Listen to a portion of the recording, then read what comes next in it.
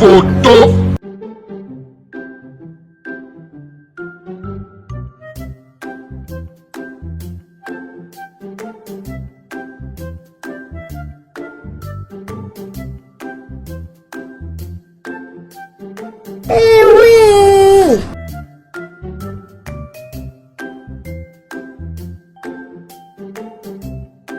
You are a failure. You are a failure. You can never make it. You can never. You know you cannot make it.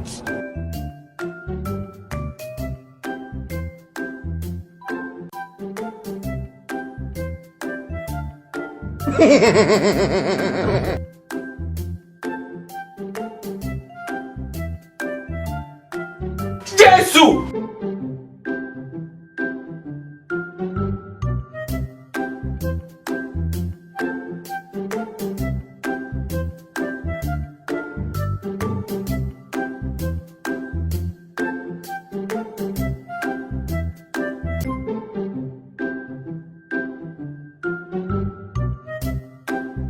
Continue.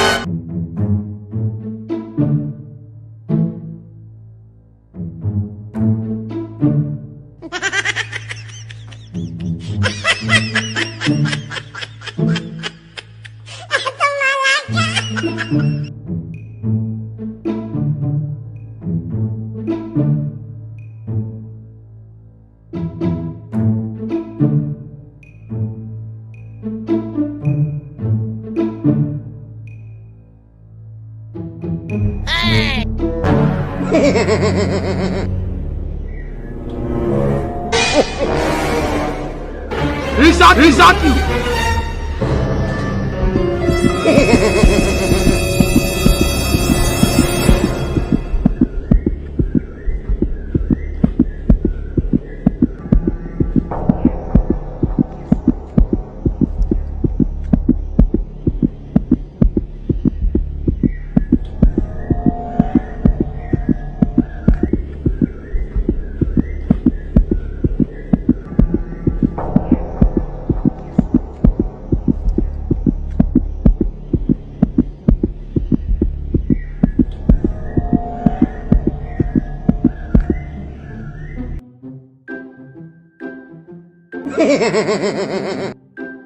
Pastor, but this is what you want to use your life for. I'm gonna do many dilogun.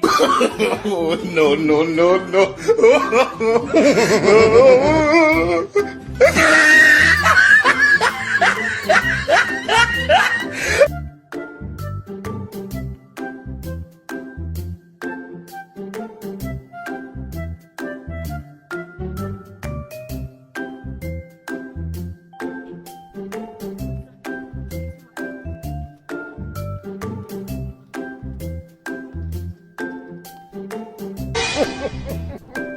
Is that you?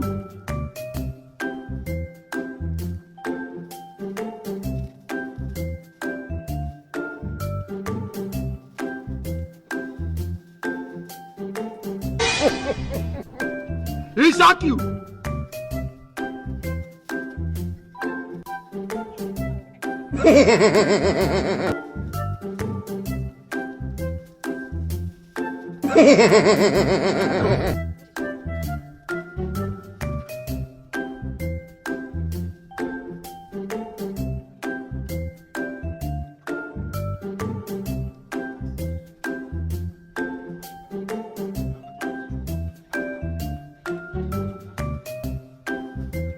Jesus!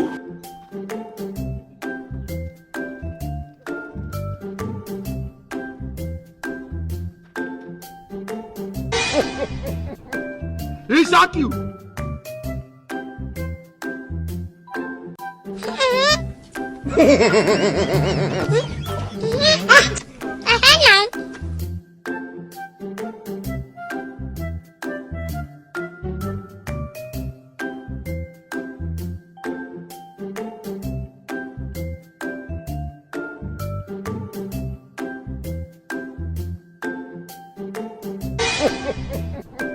He shock you.